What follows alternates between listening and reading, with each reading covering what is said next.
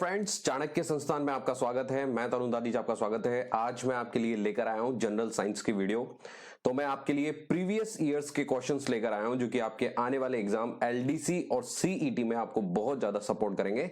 तो आज का सेशन स्टार्ट करते हैं। देखिएगा स्क्रीन पर पहला क्वेश्चन, ध्यान से देखिएगा। The law of reflection angle of incidence is equal to the angle of reflection is true for reflection of a ray of light on option A plane surface only, concave surface only, convex surface only, all of these। परावर्तन का नियम आपतन कोण परावर्तन कोण के बराबर होता है। प्रकाश की एक किरण के परावर्तन के लिए सही है केवल सतह, समतल सतह के लिए, अवतल सतह के लिए, उत्तल सतह के लिए या सभी के लिए। तो इसका सही आंसर है फ्रेंड्स, मैं आपको बता दूं, इसका सही आंसर है ऑप्शन ए, केवल समतल सतह के लिए। आपको बहुत अच्छे से बताया होगा कि ये जो होता है परावर्तन की जो घटना होती है वो हमेशा परावर्तक सतह से जब कोई आपतित किरण टकराकर उसी दिशा में, उसी माध्यम में, जैसे कि मान लीजिए कि यह माध्यम अगर हवा है, ध्यान से दीजिएगा, अगर ये माध्यम हवा है तो वापस से कहां की ओर, हवा के ही माध्यम में अगर वो प्रकाश की किरण चली जाती है, सेम माध्यम है। लेकिन ये कब परावर्तन के दो नियम पढ़े होंगे आपने कि आपतित कोण जो है, अपन ध्यान से देखिए, इसको आई मान लेते हैं और ये किसके बराबर होता है, परावर्तन कोण के बराबर होता है। और ये किस केस में होगा, जब ये सतह क्या होगी, समतल होगी। और एक और नियम आपने पढ़ा होगा कि आपतित किरण और परावर्तित किरण और अभिलंब तीनों एक ही समतल में होते हैं, तीनों एक ही तल में होते हैं, ये भी आपने पढ़ा होगा। दो नियम आपने परावर्तन के पढ़े होंगे। तो याद रहे कि आपतित कोण परावर्तन कोण के बराबर तब होगा जब ये समतल सतह से टकरा कर जाएगी। यानी कि अगर आई 60 डिग्री है तो आर भी कितना होगा, 60 डिग्री। ये आपको याद रखना है। नेक्स्ट क्वेश्चन पर चलते हैं। देखिएगा next question, which of the following cells cannot produce continuous and constant current for a longer time? Lead accumulator cell, Edison cell, Daniell cell, Leclanche cell। निम्न सेलों में से किस सेल से निरंतर वो नियत धारा लंबे समय के लिए प्राप्त नहीं की जा सकती है? सीसा संचायक cell, Edison cell, Daniell cell और लेक्लांच सेल। तो देखिएगा इसका सही आंसर अगर आप देखेंगे तो बहुत सी जगह भी अगर आप बुक्स में पढ़ेंगे तो डेनियल सेल दे रखा है, लेकिन मेरे अकॉर्डिंग इसके दो आंसर है। इसका आंसर आप डेनियल सेल भी बोल सकते हो और लेक्लांच सेल भी बोल सकते हो। इसका सही इसका रीजन क्या है, आपने बहुत अच्छे से पढ़ा होगा, प्राथमिक सेल और द्वितीयक सेल। ध्यान से देखिएगा, प्राथमिक सेल उनको कहते हैं, अगर स्क्रीन पर आप ध्यान से देखिएगा, प्राथमिक सेल उनको कहते हैं जिन्हें पुनः आवेशित नहीं किया जा सकता, यानी कि एक बार जिनको यूज किया जाए और यूज करके जिनको फेंक दिया जाता है। यानी कि जो इनकी रासायनिक क्रिया होती है वो अनुत्क्रमणीय होती है, यानी कि एक ही दिशा में होती है। ध्यान दीजिएगा, और इनका आंतरिक प्रतिरोध भी कम होता है।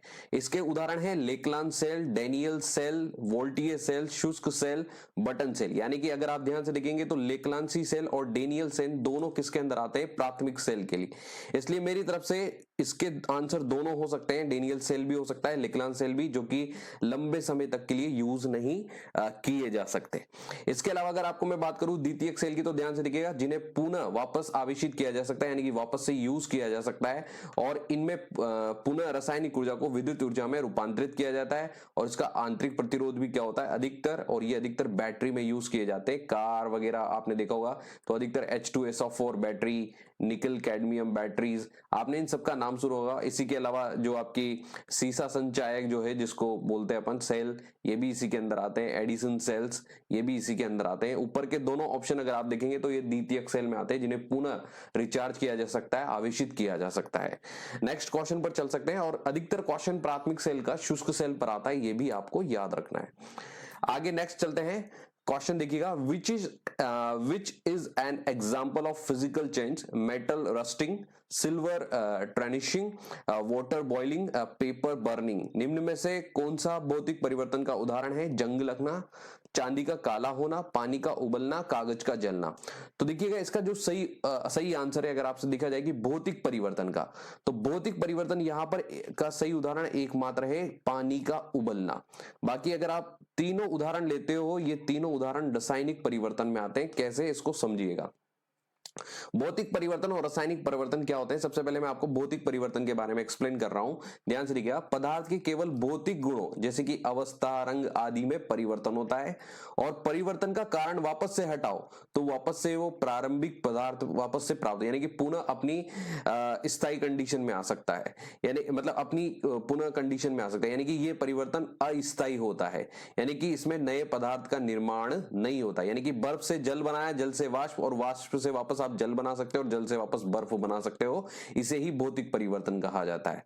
रासायनिक परिवर्तन यानी कि इसमें रासायनिक गुणों और संगठन में पदार्थ पूर्णतः भिन्न होता है, यानी कि पदार्थ पुनः प्राप्त नहीं किया जा सकता, यानी कि ये परिवर्तन एक प्रकार का स्थायी परिवर्तन होता है, अर्थात कि नए पदार्थ का निर्माण होता है। जैसे कि लोहे पर जंग लगना, आपने बहुत अच्छे से फॉर्मूला भी पढ़ा होगा, Fe2O3.XH2O, यानी कि जब लोहा ऑक्सीजन और पानी के संपर्क में आता है तो उस पर रासायनिक अभिक्रिया होती है, रासायनिक परिवर्तन होता है, और इसकी वजह से उस पर जंग लगता है। ऐसे चांदी का काला होना भी आपने सुना होगा, कागज का जलना भी आपने सुना होगा, कोयले का जलना, ये सब किसके उदाहरण है? रासायनिक परिवर्तन के।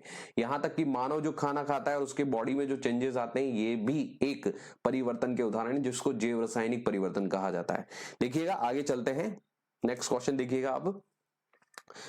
Among the four common type of refrigerants, which has the highest ozone depletion potential, प्रशीतक के 4 सामान्य प्रकारों में से कौन सा उच्चतम ओजोन अवक्षय क्षमता रखता है? ऑप्शन देखिएगा, CFC, HCFC, HFCs और LTCs। तो इसका सही आंसर आप बहुत अच्छे से जानते होंगे, CFC, जो कि ओजोन परत को सबसे ज्यादा नुकसान पहुंचाता है, और इसका फुल फॉर्म है क्लोरोफ्लोरोकार्बन। बहुत अच्छे से आप जानते होंगे क्लोरोफ्लोरोकार्बन।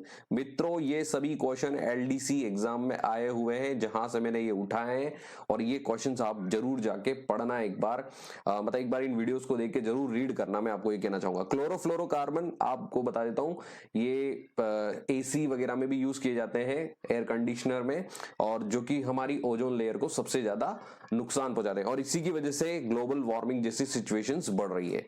अगर आप देखते हैं ध्यान से, तो ये रेफ्रिजरेंट्स है। अगर आप ध्यान से देखेंगे, AC बस वगैरह, ये जितनी भी बसेस वगैरह होती है, उन सब में रेफ्रिजरेंट के रूप में, प्रशीतक के रूप में इन्हें यूज किया जाता है, जिसमें सबसे ज्यादा ओजोन डिप्लेशन, यानी कि ओजोन लेयर को जो नुकसान पहुंचाने वाला है, वो CFC। अगर आप ध्यान से देखेंगे, क्लोरोफ्लोरोकार्बन, ध्यान से यहां देखिएगा। और HCFC की में भी आपको फुल फॉर्म बताता हूं, इसको बोलते हैं हाइड्रोक्लोरोफ्लोरोकार्बन, इसको बोला जाता है। ध्यान से देखिएगा, इधर ये एक फॉर्मूला भरा हुआ है, मैं इधर वापस से बना लेता हूं, यानी कि इसको बोला जाता है Cl3F, जो कि इसका फॉर्मूला है ट्राई क्लोरोफ्लोरो मीथेन, इसको कहा जाता है। ये भी आपको याद रखना है। इसके अलावा ध्यान से देखेंगे तो ये ओजोन लेयर है, जिस पर ये डिप्लीशन, यानी कि ओजोन लेयर को क्षय पहुंच रहा है धीरे धीरे। अगर आप ध्यान से देखिएगा, next question, white lead is, सफेद सीसा है, इसका सही सूत्र है, अगर आप ध्यान से देखेंगे तो इसका सही सूत्र है CPbOH2 एंड 2PbCO3। क्या है सफेद लेड, इसके बारे में हम बात करते हैं। आप स्क्रीन पर ध्यान से देखिएगा, सफेद सीसा मूल लेड कार्बोनेट है, और यह एक जटिल नमक है। ध्यान से देखिएगा, ये एक जटिल नमक है, साधारण नमक नहीं है। ये कार्बोनेट और हाइड्रोक्साइड दोनों आयन होते हैं इसके अंदर, और इसे सेरुसाइड के हाइड्रेट के रूप में भी जाना जाता है, और यह सीसा विषाक्तता का कारण बनता है, यानी कि ये जहरीला होता है। ध्यान से देखिएगा, ये एक जहरीला कंटेंट होता है, ये भी आप याद रखिएगा। तो इतना सा आप जरूर याद रखें कि सफेद सीसा क्या होता है, ये एक जटिल नमक होता है, जो कि एक जहरीला कंटेंट होता है, और साथ के साथ आप याद रख सकते हैं इसका सूत्र PbOH2 2PbCO3। आगे देखिएगा, कुछ इंपॉर्टेंट रासायनिक कंटेंट में आपको केमिकल नेम्स आपको याद कराना चाहूंगा, शायद एग्जाम में आपको जो सपोर्ट कर सकते हैं। सबसे पहले बात करूंगा NOH, और साथ के साथ इसके मैं एक और चीज की याद करता हूं, KOH। इसको बोलते हैं कास्टिक पोटाश, और इसको बोलते हैं कास्टिक सोडा, यानी कि ये दोनों साबुन बनाने में काम आते हैं। एक हार्ड साबुन बनाने के काम आता है, तो एक सॉफ्ट साबुन बनाने के काम आता है। CaCl2, जिसको कैल्शियम क्लोराइड कहते हैं, लेकिन मैं इसकी जगह आपको याद कराना चाहूंगा CaOCl2, जिसको अपन विरंजक चूर्ण कहते हैं, ब्लीचिंग पाउडर जिसको कहा जाता है, ये जरूर आप याद रखें। इसके बाद है NaCl, जिसको साधारण नमक कहा जाता है, सोडियम क्लोराइड आप याद रख सकते हैं। पोटेशियम क्लोराइड, पोटेशियम वैसे अपनी बॉडी में मांसपेशियों के संकुचन और तंत्रिका तंत्र के सिस्टम के लिए यूज किया जाता है, तो इसको बोलते हैं पोटेशियम क्लोराइड। Na2CO3, याद रहे Na2CO3 को सोडियम कार्बोनेट कहा जाता है, ये जरूर याद रखें, इसको सोडियम कार्बोनेट कहते हैं। लेकिन सोडियम कार्बोनेट के साथ साथ आप इसको ये भी याद रखना, इसको धावन सोडा भी कहा जाता है। इसके बाद ध्यान दीजिएगा NHCO3, जिसको सोडियम बाइकार्बोनेट कहा जाता है, लेकिन इसका एक और नाम जो है, व्यापारिक नाम, जिसको बेकिंग सोडा कहा जाता है, ये भी आप याद रखना।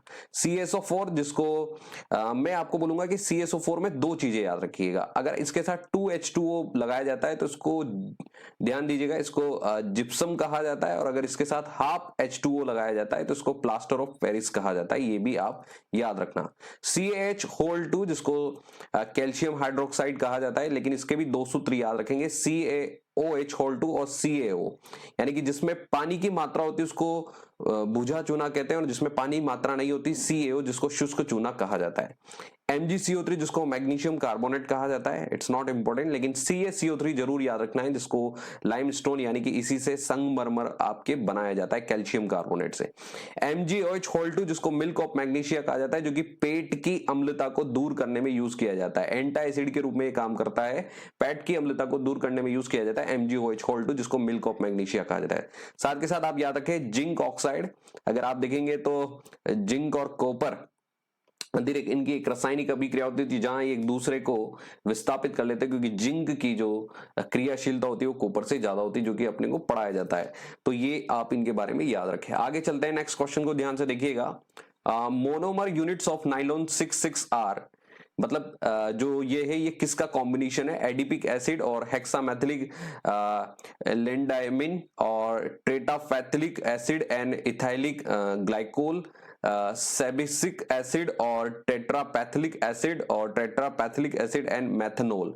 नाइलॉन 66 एकलक इकाइयां हैं, एडिपिक अम्ल वो हेक्सामेथिलिन डाइएमीन, टेरेफ्थिलिक अम्ल और इथाइलिन ग्लाइकोल, सिबेसिक अम्ल और टेरेफ्थिलिक अम्ल वो मेथनॉल। इसका सही आंसर जो है मित्रों, मैं आपको बताना चाहता हूं, एडिपिक अम्ल, ऑप्शन ए। अगर आप ध्यान से देखेंगे तो इसका सही आंसर है ऑप्शन ए, ये देखिएगा, एडिपिक अम्ल वो हेक्सामेथिलिन डाइएमीन। इस ध्यान से देख सकते हैं, एडिपिक अम्ल का ये सूत्र है, और साथ के साथ ये है हेक्सामेथिलिन डाइएमीन, और इन दोनों से मिलकर बनता है नाइलॉन 66।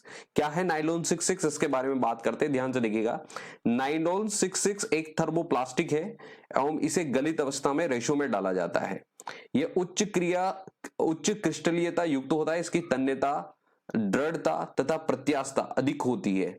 नाइलॉन 66 की बात करते अपन, नाइलॉन 66 हेक्सामेथिल डाइएमीन तथा एडिपिक अम्ल का बहुलक होता है, जिसका गलनांक लगभग 450 डिग्री सी से सेंटीग्रेड से यानी कि केल्विन में बदले तो 523 केल्विन तक होता है। ये अधिकांश विलायक में अविलेय होता है, ये केवल फिनॉल फॉर्मिक अम्ल तथा क्रिसोल में है विलेय होता है। नाइलॉन 66 का जो उपयोग होता है वो ब्रशों के शुक, रस्सी, वस्तु आदि को बनाने में किया जाता है।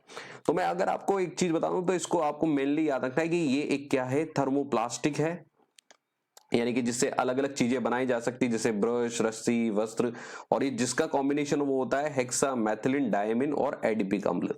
क्लियर है? आगे चलते हैं, नेक्स्ट क्वेश्चन देखिएगा, नेक्स्ट क्वेश्चन स्क्रीन पर। Select the correct statement about thermosetting polymer. Don't melt or soften on heating. These are cross-linked polymers. Cross-linking occurs during heating, and when it cools, it hardens irreversibly. All of these. ताप दृढ़ बहुलकों के लिए सही कथन का चयन कीजिए। गर्म करने पर न पिघलते हैं, नहीं नरम होते हैं। ये तिर्यकबद्ध बहुलक है। गर्म करने पर ये तिर्यक बंधों द्वारा जाल का निर्माण होता है, तथा जब इसे ठंडा करते हैं ये अनुत्क्रमणीय रूप से कठोर होता है। और ये सभी, तो देखिएगा इसका सही आंसर है ये सभी। ध्यान से देखिएगा क्या होते हैं, थर्मोप्लास्टिक और थर्मोसेटिंग प्लास्टिक दोनों के बारे में अपन बात करते हैं। ध्यान से देखिएगा, थर्मोप्लास्टिक जो भी इसके पिछले वाले क्वेश्चन में भी ये क्वेश्चन आया था थर्मोप्लास्टिक, जिसमें अपन ने नाइलॉन 66 पढ़ा था, यानी कि एक उदाहरण अगर आप ध्यान से देखिए थर्मोप्लास्टिक में, अभी कुछ समय पहले अपन ने पढ़ा था नाइलॉन 66, वो इसी के अंदर आता है। यानी कि वो प्लास्टिक जो गर्म करने पर सरलता से विकृत हो जाता है उसे थर्मोप्लास्टिक कहते हैं। यानी कि सरलता से गर्म करने पर वो विकृत हो जाता है, यानी कि जिसे आसानी से मोड़ा जा सकता है या किसी भी अन्य रूप में ढाला जा सकता है। थर्मोसेटिंग से मतलब है वो प्लास्टिक जो गर्म करने पर विकृत नहीं होता, यानी कि ये दृढ़ होता है और इसे आसानी से मोड़ा भी नहीं जा सकता और एक बार सांचे में डाल देने के बाद इसे दूसरे रूप में नहीं बदले। यानी कि अगर को आपको वापस से प्लास्टिक को यूज करना है तो वो प्लास्टिक होते हैं थर्मोप्लास्टिक, लेकिन जिन्हें वापस से यूज नहीं किया जा सकता वो कहलाते हैं थर्मोसेटिंग, यानी जिन्हें एक बार डाल दिया वो ढल गए। देखिएगा इसके बारे में क्वेश्चन के अकॉर्डिंग देखते हैं। इनको गर्म करने के दौरान नरम या पिघलता नहीं है, बल्कि हीटिंग के दौरान क्रॉस लिंकिंग होता है और जब ये ठंडा हो जाता है तो ये कठोर हो जाता है। यानी कि इनको गर्म करके वापस से इनमें क्रॉस लिंकिंग बंधक बनाए जाते हैं जो कि तिर्यक बंधक होते हैं, जो कि ऑप्शन सी में दिया हुआ है। ये तिर्यक बंधक द्वारा निर्माण होता है। तो ये आप आसानी से इस इमेज में जो इधर सबसे लास्ट में जो इमेज जोड़ी गई है इसमें आप आराम से देख सकते हैं कि यहाँ पर जो बंध बने वो तिर्यक बंध द्वारा ये अपना वापस से सेटिंग करते हैं, ये थर्मोप्लास्टिक कहलाते हैं। आगे देखिएगा नेक्स्ट क्वेश्चन देखिएगा, activity of heterogeneous catalysis depends upon total surface area only, the number of active sites per unit amount of catalyst only, method of preparation only, total surface area, number of active sites, method of preparation।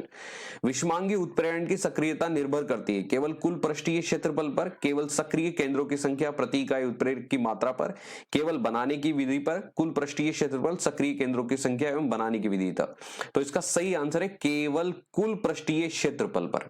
विषमांगी उत्प्रेरण जो निर्भर करता है वो कुल पृष्ठीय क्षेत्रफल पर निर्भर करता है। इसको समझिएगा, उत्प्रेरण दो प्रकार के होते हैं, इसे ध्यान से देखिएगा। एक होता है समांगी उत्प्रेरण और एक होता है विषमांगी उत्प्रेरण। ध्यान से अगर आप देखेंगे, समांगी उत्प्रेरण वो कहते हैं जिसमें उत्प्रेरक, अभिकारक और उत्पाद तीनों भौतिक अवस्था समान होती है। अगर आप ध्यान से देखेंगे यहाँ मैथिल एसीटेट जो है वो जल से क्रिया कर रहा है और एसिटिक अम्ल बना रहा है और मैथिक एल्कोहल बना रहा है। तो यार अगर आप यहाँ पर ध्यान से देखते हैं तो ये भी लिक्विड में है, ये भी लिक्विड में है, और अगर आप देखेंगे यहाँ पर जो उत्प्रेरक है वो भी ऑलमोस्ट लिक्विड में है, ठीक है, और ये भी लिक्विड है। जो एक्वेटिक होती है उसको भी लिक्विड अवस्था ही कहा जाता है एक प्रकार की। तो ध्यान दीजिए इनकी अवस्था ऑलमोस्ट सबकी क्या है, समान है, इसलिए इसको समांगी उत्प्रेरण कहा गया है। विषमांगी में क्या होता है कि अभिकारक, उत्प्रेरक की भौतिक अवस्थाएं क्या होती है, भिन्न भिन्न होती है, इसलिए इनको विषमांगी उत्प्रेरण कहा जाता है। जैसे कि वनस्पति तेल में गैस प्रवाहित करने पर वनस्पति घी बनता है, यानी कि ये लिक्विड है, ये गैस है और ये सॉलिड है, और इसको निकिल उत्प्रेरक की उपस्थिति में किया जाता है जो कि एक सॉलिड है। ये भी आप बहुत अच्छे से जानते हो, इसलिए इसको विषमांगी उत्प्रेरण कहा गया है। लेकिन अब बात करते हैं कि जब विषमांगी उत्प्रेरण होता है, ध्यान से देखिएगा, विषम उत्प्रेरक एक कार्यात्मक सामग्री जो लगातार अपने अभिकारकों के साथ सक्रिय साइट बनाता है। यानी कि जब भी ये क्रिया होती है तो ये कुल पृष्ठीय क्षेत्रफल होती है, यानी कि पूरे के पूरे, यानी कि पूरा का पूरा जो वनस्पति तेल अगर आप देखेंगे तो वो पूरा किस में बदल जाएगा, वनस्पति घी में बदल जाएगा। यानी कि कुल पृष्ठीय क्षेत्रफल पर ये क्रिया होती है, जो कि आपको याद रखना है। आगे चलिएगा, नेक्स्ट क्वेश्चन देखिएगा, the elements which are good catalyst and have the ability to change their oxidation numbers are transition elements, noble gases, alkali metals, all of these. अच्छा उत्प्रेरक एवं ऑक्सीकरण संख्या को बदलने की क्षमता रखने वाला तत्व है संक्रमण तत्व, नोबल गैस, क्षारीय धातु, ये सभी। तो इसका सही आंसर है संक्रमण तत्व। आप बहुत अच्छे से जानते होंगे कि इसमें बोला है कि अच्छा उत्प्रेरक और ऑक्सीकरण संख्या को बदलने की क्षमता रखने वाला तत्व कौन सा है, संक्रमण तत्व। तो संक्रमण तत्व कौन से होते हैं उस पर भी अपन बात करेंगे। एसपीडीएफ आपने बहुत अच्छे से सुना होगा, S block, P block, D block और एफ ब्लॉक आप बहुत अच्छे से जानते होंगे। एस ब्लॉक में 2 होता है, पी में 6 होते हैं, 6 तत्व, डी में 10 होते हैं और एफ में 14 होते हैं। ये भी आप बहुत अच्छे से जानते होंगे। अगर आप ध्यान से देखेंगे तो इस आवर्त सारणी को देखिएगा, इस आवर्त सारणी में जो ये एस ब्लॉक है दोनों, इसमें 2 तत्व होते हैं, इनको क्षारीय, ध्यान से देखिएगा, इनको क्षारीय मृदा धातु कहा जाता है। इनको एस ब्लॉक के तत्वों को क्षारीय मृदा धातु कहा जाता है। और अगर आप इधर देखेंगे तो इनको पी, इधर ध्यान से देखिएगा इस साइड में, इनको पी ब्लॉक के तत्व कहा जाता है जिनको निरूपक तत्व कहा जाता है। ये भी आपको याद रखना है। और अगर आप ध्यान से यहां देखेंगे तो ये डी ब्लॉक के तत्व जिसमें तत्वों की संख्या 10 है और इनको संक्रमण धातुएं कहा जाता है, इनको संक्रमण धातुएं कहा, यानी कि संक्रमित होती है। और ये एफ ब्लॉक के तत्व है, अगर इनको लेंथेनाइड और एक्टिनाइड दोनों को जोड़ा जाए तो टोटल इनमें 14 तत्व होते हैं। ध्यान से दीजिएगा, एफ ब्लॉक में टोटल 14 तत्व होते हैं और इनको अंतः संक्रमण तत्व कहा जाता है। ये भी आप ध्यान से देखिएगा, इनको अंतः संक्रमण तत्व कहा जाता है। तो ये था क्वेश्चन, इसका सही आंसर था संक्रमण तत्व। आगे चलते हैं, नेक्स्ट क्वेश्चन देखिएगा, करेक्ट इलेक्ट्रॉनिक विन्यास कॉन्फ़िगरेशन, ध्यान से देखिएगा, क्रोमियम का सही इलेक्ट्रॉनिक विन्यास क्या है। तो ध्यान से देखिएगा, इसका सही ऑप्शन है 3d4 4s2। देखिएगा कैसे। सबसे पहले तो अपने को ये याद होना चाहिए कि क्रोमियम का परमाणु क्रमांक क्या है। अगर आपको ये पता नहीं है तो ये जरूर याद होना चाहिए। ये ध्यान से देखिएगा, ये सबसे पहले आता है डी ब्लॉक तत्वों में, जिसका परमाणु क्रमांक होता है 24, जो कि आपको बहुत अच्छे से याद रखना है। आप देख सकते हैं, मैंने इसकी पोजीशन भी बताई है पीरियोडिक टेबल में। देखिएगा कैसे होता है, परमाणु क्रमांक इसका 24 होता है। तो निकालने के लिए सबसे पहले S भरा जाता है, फिर P, फिर वापस से S, फिर P, फिर D और फिर 4s2। तो ध्यान से देखिएगा, 2 क्योंकि S की जो संख्या मैक्सिमम संख्या होती है वो 2, P की 6 होती है, D की 10 होती है, F की 14 होती है। तो S 2 और 2 कितना हो गया, 4, 4 6 10, 2 12, 12 6 18, 18 4 22 और 22 2 24। तो ये टोटल इलेक्ट्रॉनिक विन्यास होगा किसका, क्रोमियम का। तो फ्रेंड्स, ये क्वेश्चन थे जो एलडीसी में पूछे गए हैं, जो कि आने वाले एलडीसी एग्जाम्स में भी आ सकते हैं और सीईटी एग्जाम्स में भी आपसे पूछे जा सकते हैं। तो एक बार आप इनको रीड करके जरूर जाएं। तो फ्रेंड्स, थैंक यू। हेलो मित्रों, तो आपको ये वीडियो कैसा लगा। तो मैं आपके लिए डेली कोशिश करूंगा एक दिन जनरल साइंस का और एक दिन करंट अफेयर्स का वीडियो लेकर आऊं, जो कि आपके आने वाले एलडीसी और सीईटी एग्जाम में 100% आपको सपोर्ट करेगा। जनरल साइंस के जो क्वेश्चंस होंगे वो प्रीवियस ईयर बेस्ड क्वेश्चंस होंगे, जो कि आपको विद एक्सप्लेनेशन एग्जाम में सपोर्ट करेंगे। और करंट अफेयर्स जो होंगे वो एग्जाम्स के अकॉर्डिंग मैं बनाकर आपको दूंगा, जो कि आपके एग्जाम में आपको बहुत ज्यादा सपोर्ट करेंगे। तो प्लीज आप मेरी वीडियोस को जरूर देखें और please like, subscribe and share करना ना भूलें।